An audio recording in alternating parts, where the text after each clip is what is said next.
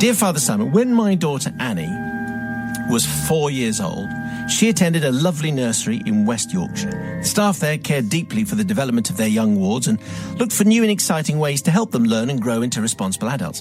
One day, my daughter returned home from nursery gushing about a family of hamsters that had taken up residence at nursery for the children to care for. There was a mum and 5 extremely cute and fluffy babies that the children doted on. Apparently, children who were well behaved and displayed all the qualities of responsibility expected were allowed to take the family home for the weekend to care for. In the weeks that followed, Annie became a model child. Attentive, helpful, polite. In fact, just the kind of child any sensible adult would trust with a family of hamsters for the weekend. Astute confession aficionados will realise that we're into hamster territory for a confession. It's been a rich theme over the years. Unsurprisingly, her miraculous behaviour was noted by the nursery staff, and Annie was chosen as the following weekend's hamster carer. She could not have been more proud and excited. When I arrived on the Friday evening, Annie was beside herself with anticipation of this great responsibility. We carefully picked up the hamster cage with its wheel, water bottle and little pottery cottage for a bedroom and headed for the car. "Be careful, Dad," called Annie. "Put them in the front seat, not the back," in a voice that was getting just a little bossy. "Put the seatbelt round the cage," she yelled, getting into role as hamster protector just a little too enthusiastically. Eventually, after double and triple checking the hamsters were suitably arranged for the journey, we set off to the instructional monologue from Annie. It turns out that a 4-year-old hamster carer is also an expert at safe driving technique, at least in the context of hamster relocation. Anyway, on arrival home, we carefully manoeuvred the cage and its residents into the house and positioned the cage in pride of place on the coffee table in the front room. It's worth noting at this point that we lived in a 1 up, 1 down and 1 down again house. The front room was at ground level, bedroom squeezed in upstairs, and the kitchen down a set of steps in the basement. Here, I had concluded the hamsters would be happiest because it was cool. I told Annie of my idea and, wanting to impress her with the care I was taking, carefully picked up the cage with a hand at either side. The cage was one of those plastic trays with a wire section over the top, a bit like an old-fashioned budgie cage. I gazed down through the bars of the cage into the eyes of the mother hamster. She was content, settled, and seemed genuinely grateful for the care we were showing her and for her babies. Yes, of course she was. How does she know? Turning towards the stairs down... There's trouble coming. Turning towards the stairs down to the kitchen, Annie asked if she could carry the cage down.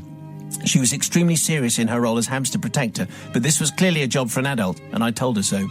With a hand on either side of the cage, with a flat palm pressed against the wire, I arrived at the top of the stairs and gripped the cage firmly for the descent. Oh, no. Unbeknown to me, the wire top section of the cage was attached to the plastic tray bottom by a clip on either side, which, interestingly, was operated by pushing the sides of the cage inwards. Oh, okay. It was at this point that a series of things happened at the same time. At the exact moment the cage was positioned above the top step down to the kitchen, the pressure exerted by my hands became sufficient to detach the clips holding the plastic tray in the bottom of the cage. Standing motionless at the top of the stairs, I gazed down through the bars into the eyes of the mother as the tray detached. The tray fell as though in slow motion towards the top step containing the 6 hamsters, a small pottery cottage, and a large amount of sawdust and torn toilet roll. The mother gazed up at me for a Oh, we're investing a lot into this, aren't we? For a moment, yes. Puzzled by her sudden weightlessness. That's exactly what was happening. Yeah. Oh, why am I so weightless? Yeah. I stared into her diminishing eyes, still clutching the wire cage top, and then the tray hit the edge of the top step. Ooh. The tiny cottage bounced down the stairs and shattered into tiny pieces. Never mind the cottage. I'm getting to it. The tray teetered on the top step and then slid down the stairs, carrying its hamster family downwards ever faster like the most surprised surfers of all time. Whoosh, they went to the bottom. I stood motionless for a moment while Annie looked past me and simply said in a calm voice, "Dad, you've dropped the hamsters." It was then I sprang into action. Before the stunned hamsters could regain their senses and run for cover, I inverted the cage section and leapt carefully among the devastation to scoop the now squealing hamsters into the cage. Having counted the hamsters in, I reattached the plastic tray to the upturned cage. After what I'd put them through, I thought it best to leave the hamsters in the quiet and dark to recover. After a fitful night's sleep, racked with remorse, I went downstairs on Saturday morning, wondering, to be honest, how many would have made it through the night. However, to my complete surprise, all 6 hamsters were pottering around their cage as though nothing had happened. I was saved. Over the weekend, Annie and I bought a new pottery cottage for them to sleep in, replaced the sawdust and toilet roll inners. In fact, by Monday, they were a merry little hairy family again.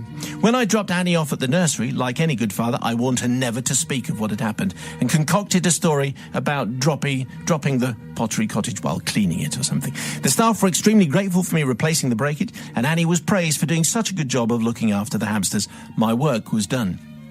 After a rather buoyant day at work, safe in the knowledge that my secret was safe, I returned to the nursery to collect Annie. On arriving, I was approached by a staff member with a solemn face. She said she was sorry to have to tell me, but Annie had been in trouble for telling lies all day. Apparently, she had made up some story involving hamsters, the stairs, surfing, and lots of squealing. She explained that Annie had been told in no uncertain terms that lying was not acceptable. In the face of her insistence that she was telling the truth, she was told her story couldn't possibly be true because her daddy would have said so in the morning. From the corner of my eye, I stared at my shoes. I could see Annie standing across the play area, looking furious with her arms crossed, the way a 4-year-old most certainly can. I mumbled something about speaking to Annie about her behaviour and whisked her away without catching anyone's eyes. The journey home was one of tears of me saying, well, perhaps they didn't understand, or maybe they didn't need to know all the details, that kind of thing. The matter was never discussed again, except when Annie wants to embarrass me at family meals. She is now a beautiful and clever 18-year-old woman. I would, however, like to beg the forgiveness of the collective and listeners for the distress I inadvertently caused the hamster mother and her babies in breaking their china house. I would also like to apologise to the nursery staff for withholding the detail of the weekend's events, which is not the same as lying. But most of all, I'd like to apologise to Annie for getting her in trouble at nursery and putting her through that traumatic ordeal, even if she still dines out on it. After all, she turned out okay in the end. And the hamsters were fine. Is there a problem? Maybe not. I don't know. Sister Rebecca. I love that confession, the idea of the mother hamster gazing into his eyes. Forlornly. Someone's watched too many Pixar. It's a really difficult one, isn't it? First of all, actually, someone should have just told them the correct way to carry this cage. So I don't think that Michael should feel guilty about having dropped the hamsters. In a way, he should have just made a joke out of it and said, oh, I'm sorry, but I dropped the hamsters, but they're fine. That would have been a good way around it. Because obviously Annie had this, she's a very upright 4-year-old and didn't understand, the benefit of a white lie, perhaps, and was right to tell the truth. So it was a difficult one. I think he could have got out of it in a bit of a better way, just by, rather than just saying, don't tell them. So I think he should have told them, but then there was no harm done, and Annie is just making a joke of it now. So therefore, he's forgiven. Hamster surfer dudes, what do you think, brother? Well, I have to say, at the start of every confession where a hamster's mentioned or gerbil, I always fear for them. I fear that, well, something's obviously going to happen. And the fact that they got through this one, I think we should celebrate that. But also, I think that the world is divided into those who believe that their children should lie for them and those that don't. And I'm firmly in the former camp.